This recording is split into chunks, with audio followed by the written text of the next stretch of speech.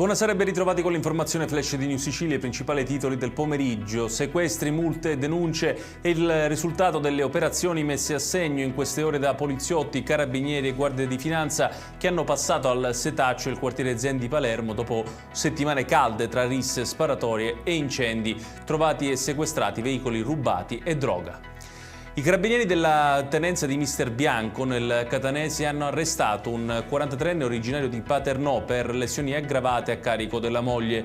L'uomo ubriaco l'avrebbe picchiata al suo ritorno dal lavoro, schiaffi, pugni e colpi alla testa alla vittima che è riuscita a scappare e chiamare i soccorsi.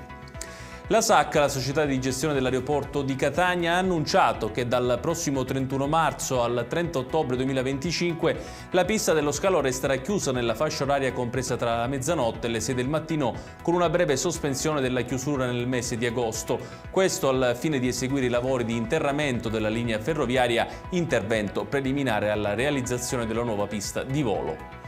Nuove scoperte emergono dagli scavi archeologici nel parco di Selinunte in provincia di Trapani. Grazie agli ultimi ritrovamenti la mappa della città arcaica viene di fatto riscritta, svelando una porta monumentale e porzioni della cinta muraria settentrionale che chiudevano la città prima della distruzione ad opera dei cartaginesi nel 400 a.C. Chiudiamo adesso con il meteo. La giornata di domani sarà contraddistinta ancora da maltempo in Sicilia, precipitazioni possibili su tutto il territorio regionale al mattino, poi solo sui territori orientali nel pomeriggio. La Protezione Civile ha diramato l'allerta gialla su tutta l'isola, tranne che sulle province di Trapani e Agrigento. Ed è tutto per questa edizione. Tutti i dettagli su queste notizie li trovate come sempre sul nostro sito www.newsicilia.it. Grazie per averci seguito e buon proseguimento di serata.